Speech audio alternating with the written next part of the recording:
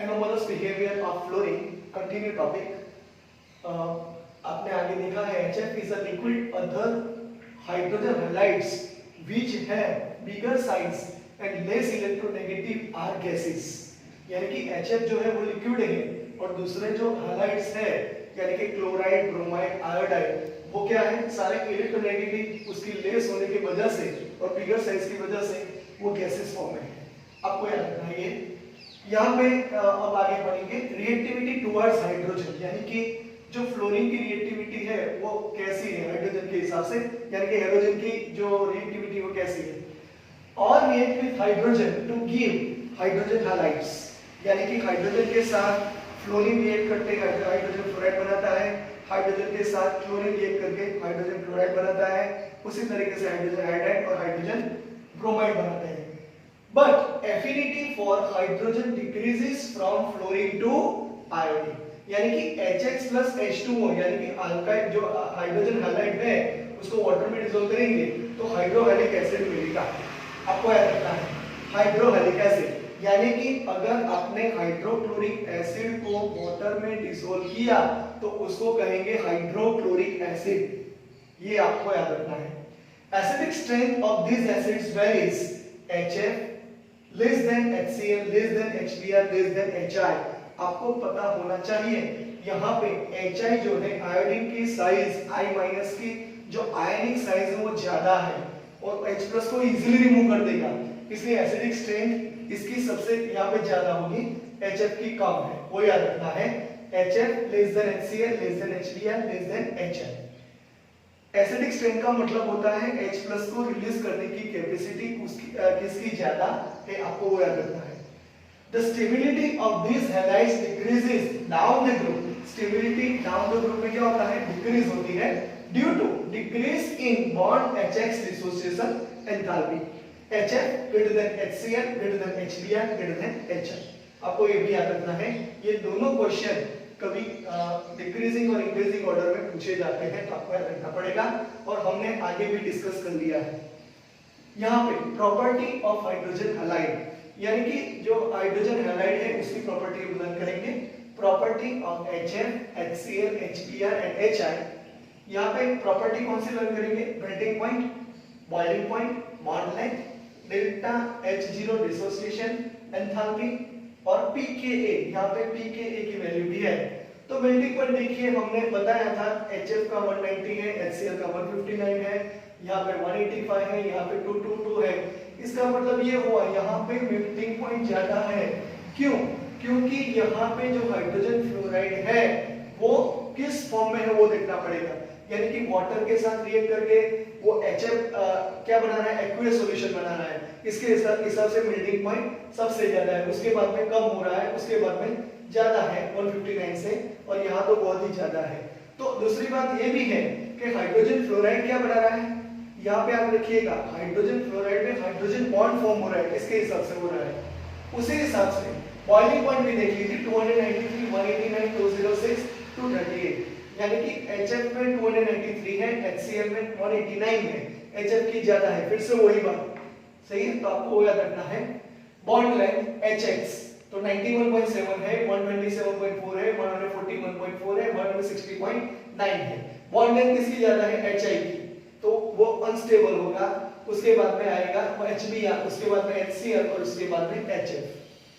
Delta H0 dissociation kilojoule पर मोल 574, 432, 363, 295, यहाँ पे डिक्रीज हो रहा है। ये बहुत ही सिंपल बात है, HF की एफिनिटी ज्यादा है तो वो बॉन्ड डिसोसिएशन एंथैल्पी उसकी ज्यादा होगी। यहाँ पे HCl की उससे कम, HBr की उससे कम और HI की तो बहुत ही कम है, आपको वो भी याद रखना पड़ेगा।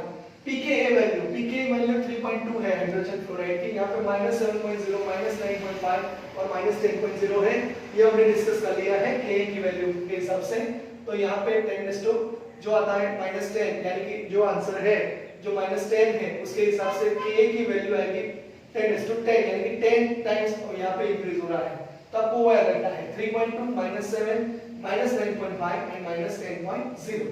pKa की वैल्यू के हिसाब से भी आपको HF, HCl, HBr, HI की आपको पता चल जाएगा कि कौन सा एसिड स्ट्रांग है और कौन सा एसिड वीक है। उसके बाद में रिएक्टिविटी टुवर्ड्स ऑक्सीजन, ये टॉपिक हम कंटिन्यू करेंगे यहाँ पे। Halogen form many oxides with oxygen but most of them are unstable.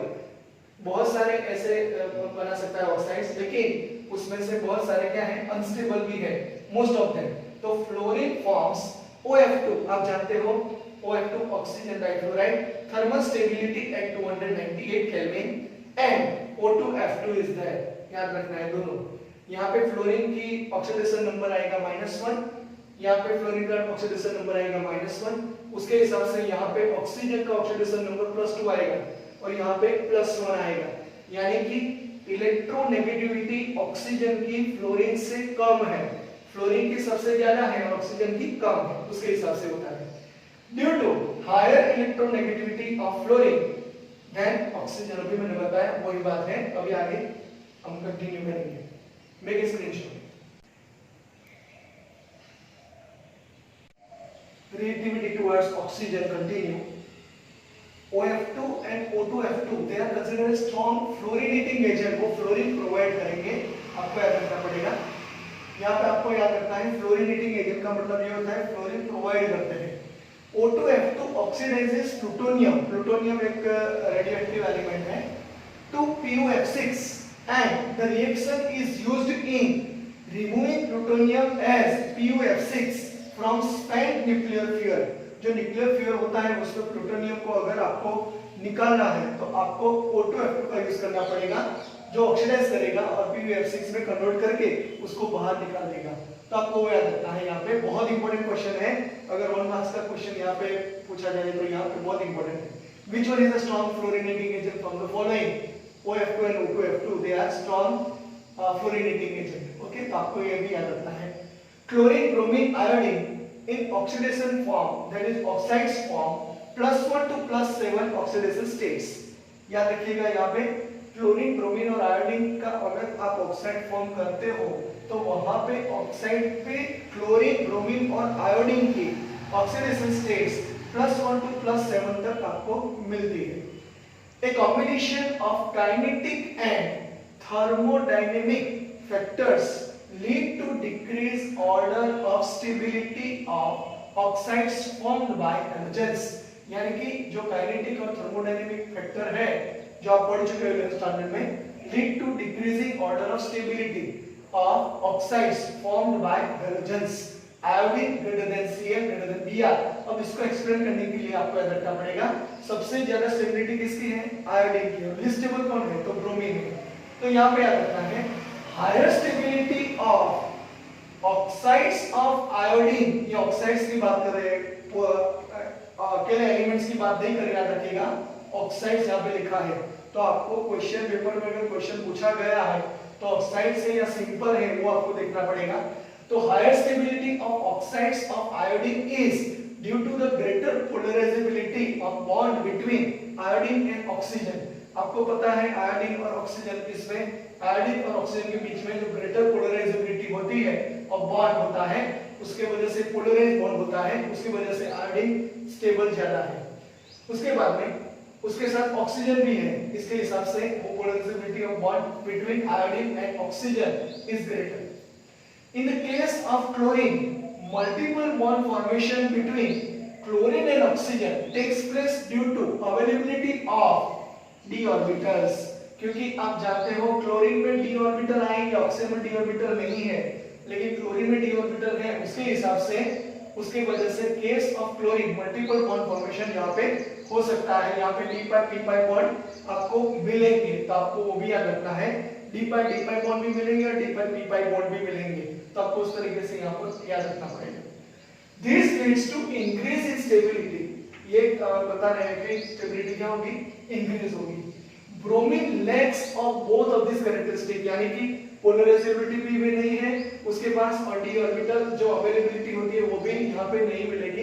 Hence stability of oxides of bromine is least. आप देख रहे हो कि ब्रोमीन की जो है स्टेबिलिटी वो सबसे कम है, आयोडीन की सबसे ज्यादा है।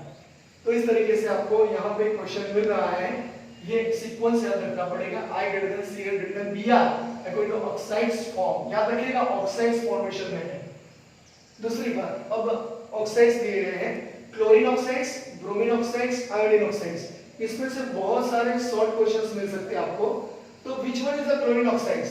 Cl2O, ClO2, Cl2O6, Cl2O7 they are considered as chlorine oxide. यहाँ पे क्लोरीन भी है, ऑक्सीजन भी है, तो वो फॉर्म करके क्या बनाएगा? Chlorine oxides. Highly reactive oxidising agent and tends to explode, वो एक्सप्लोड भी करेंगे, हाईली रिएक्टिव ऑक्सीडाइजिंग एजेंट है और एक्सप्लोड भी करेंगे। ClO2 याद रखिएगा, बहुत इंपॉर्टेंट क्वेश्चन यहाँ पे है। ClO2 bleaching agent for paper pulp and textiles and in water treatment. ये यूज है, ये कॉर्नर क्वेश्चन कहा जाएगा, क्योंकि यहाँ पे एक क्वेश्चन ऐसा है जो टेक्स्ट बुक में लिखा है लेकिन आपको पता नहीं है। What is use of ClO2? आपको इस तरह से क्वेश्चन पूछेंगे। तो bleaching agent for paper pulp, जो पेपर की जो पल्प होती है, जो पेपर बनाने के लिए लुगदी बनाते हैं, उसमें यूज होता है। एंड टेक्सटाइल्स, टेक्सटाइल यानी आप जानते ही हो। And in water treatment, water treatment में भी यूज होता है ClO2, याद रखिए। उसके बाद में bromine oxide Br2O, BrO2, BrO3 they are least stable hydrogen oxides. याद रखिएगा, लिस्ट स्टेबल ऑक्साइड्स है, exist only at low temperature and that's why they are considered as powerful oxidizing agent। याद रखिएगा, ये पावरफुल ऑक्सीडाइजिंग एजेंट है। सो bromine oxides के यहाँ पे हमने बात की। उसके बाद हम देखेंगे आयोडीन ऑक्साइड्स। तो यहाँ पे देखिए I2O4, I2O5, I2O7 are insoluble solids, क्योंकि आयोडीन सॉलिड फॉर्म में होता है, and decompose on heating। अगर आप डिकम्पोज करेंगे तो वो क्या होगा? वो डिकम्पोज ऑन हीटिंग, यानी कि डिकम्पोज हो जाएगा, आयोडीन लिबरेट कर देगा। I2O5 इज, यहाँ पे क्वेश्चन बहुत ही अच्छा निकल रहा है, which dash is a very good oxidizing agent from the following। तो आपको याद रखना है I2O5 is a very good oxidizing agent and used in the estimation of carbon monoxide. अगर कार्बन मोनोऑक्साइड का हम एस्टिमेशन करना चाहे या उसका परसेंटेज प्रतिशत निकालना चाहे, तो एस्टिमेशन किसके साथ करेंगे? I2O5 का यूज करके कर सकते हैं। तो आगे हम देखेंगे रिएक्टिविटी टुवर्ड्स मेटल। यहाँ पे ये इंपॉर्टेंट टॉपिक ये है, और दूसरा ये वाला है, और तीसरा यहाँ पे जो बाकी है, यहाँ पे जो यूजेस आते हैं वो भी है। तो आपको याद रखना पड़ेगा, ये बहुत ही इंपॉर्टेंट क्वेश्चन है, ये टॉपिक भी इंपॉर्टेंट है और आपको ये याद रखना ही पड़ेगा किसी भी तरह। तो इस तरीके से आपको ये जो टॉपिक है लर्न करना है। फ्लोरिनेटिंग एजेंट कौन से हैं वो भी याद रखना है। तो अब आगे देखेंगे थर्ड, रिएक्टिविटी टुवर्ड्स मेटल। तो इसका स्क्रीनशॉट निकाल दीजिए।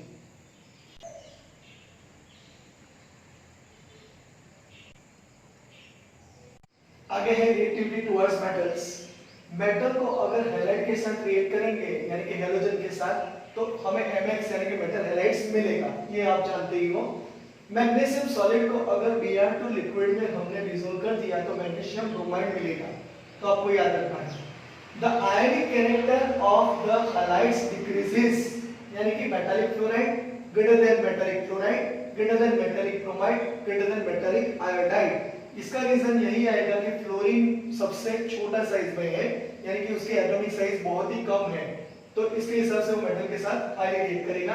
सो ionic character of the halides decreases, ये Mf, MCl, Mbr और Mi ये याद रखिएगा। When M is a monovalent metal, याद रखिएगा। If metal exhibits more than one oxidation state, the halides in higher oxidation state will be more covalent than the one in lower oxidation state। याद रखिएगा, ये covalent की characteristic यहाँ पे बताई गई है। जो हायर ऑक्सीडेशन स्टेट जो हमें देखने को मिलेगा वो मोर कोवेलेंट होगा, जिसकी हायर ऑक्सीडेशन स्टेट यानी कि जिसका नंबर ज्यादा है +7 +6 +5, तो वो हमें वहां पे कोवेलेंट बॉन्ड हमें देखने को मिलेगा। तो यहाँ पे then one in a lower oxidation state आपको याद रखना है। यहाँ पे एग्जांपल दिया है, एक्स फॉर एग्जांपल अगर हम देखते हैं SnCl4, तो यहाँ पे Sn+4 आएगा। तो यहाँ पे देखिए उसके साथ कंपेयर करें तो SnCl2 आएगा, यानी कि Sn+2 आएगा। ये +4 +2 से ज्यादा है, इसके हिसाब से मोर कोवेलेंट है। उसके बाद में PbCl4 PbCl2, यहाँ पे भी देखिए Pb+4 हो गया, Pb+2 हो गया। तो जिसका ऑक्सीडेशन स्टेट ज्यादा है वो कोवेलेंट ज्यादा मिलेगा, आपको वही याद रखना है। मोर कोवेलेंट। उसके बाद में देखिए SbCl5 SbCl3 antimony pentachloride antimony trichloride. तो यहाँ पे +5 है, यहाँ पे +3 है, यानी कि ऑक्सीडेशन स्टेट यहाँ पे ज्यादा है, तो ये मोर कोवेलेंट हो गया। उसके बाद में UF6 ये यूरेनियम हेक्साफ्लोराइड और यूरेनियम टेट्राफ्लोराइड, यहाँ पे U+6 आएगा, यानी कि ऑक्सीडेशन स्टेट ज्यादा है, तो यहाँ पे कम है। इसके हिसाब से यहाँ पे कोवेलेंट जो कैरेक्टर है यानी कि मोर कोवेलेंट होगा। तो ये सारे मोर कोवेलेंट हैं एज कंपेयर टू दिस। आपको याद रखना है, बहुत ही इंपॉर्टेंट क्वेश्चन है यहाँ पे। फोर्थ वन है, ये आगे हम पढ़ेंगे, लेकिन यहाँ पे लिखा है तो reactivity of halogen towards other halogen, इसको इंटर हैलोजन कंपाउंड्स भी कहते हैं। तो यहाँ पे देखिए halogen combines amongst themselves to form a number of compound known as inter halogen. अभी मैंने बताया of the types XX', XX'3, XX'5, XX'7। यहाँ पे आपको क्या याद रखना है, जो ये स्टार्टिंग वाला X है वो लार्ज साइज हैलोजन है और ये X' है वो कम साइज वाला हैलोजन है। तो यहाँ पे मैंने एक हिंट आपको दी गई है, फ्लोरीन की साइज एटॉमिक साइज कम है, फ्लोरीन की उसके ज्यादा है, ब्रोमीन के उससे भी ज्यादा है और आयोडीन के उससे भी ज्यादा है। तो किस तरह इंटर हैलोजन मिलेगा आपको वो देखना है। तो यहाँ पे जो X है वो क्या है, लार्जर साइज है, और यहाँ पे जो X' है वो क्या है, स्मॉलर साइज है। ये हम आगे के लेक्चर में लर्न करेंगे, लेकिन अब यहाँ तक आपने देख लिया कि कौन से इंटर हैलोजन कंपाउंड मिल रहे हैं, तो यहाँ तक ही आपको याद रखना है। तो इस तरीके से anomalous behaviour of fluorine, reactivity towards metals, reactivity towards halogen, then other halogen, उसके बाद में reactivity towards oxygen, reactivity towards hydrogen, ये सारे टॉपिक हमने यहाँ पे फिनिश कर दिए। तो आपको ये हिंट में दे रहा हूँ, बहुत इंपॉर्टेंट हिंट है, X और X' के हिसाब से कौन सा कंपाउंड फॉर्म होगा और कौन सा नहीं होगा, इससे आपको पता चल जाएगा। तो आप अभी से बना सकते हो, लेकिन ये टॉपिक फिर से आएगा इंटर हैलोजन कंपाउंड्स, उसमें हम ज्यादा एक्सप्लेन करेंगे, वहां पे आपको पता चलेगा, क्योंकि प्रॉपर्टी भी है, वहां पे कलर है, गैसेस फॉर्म है, सॉलिड है, लिक्विड है, स्टेबल है, अनस्टेबल है, वो बहुत सारी बातें आपको जानने को मिलेगी। तो इस तरीके से यहाँ पे ये लेक्चर फिनिश हो रहा है, लेक्चर नंबर 22 यहाँ पे फिनिश हो गया।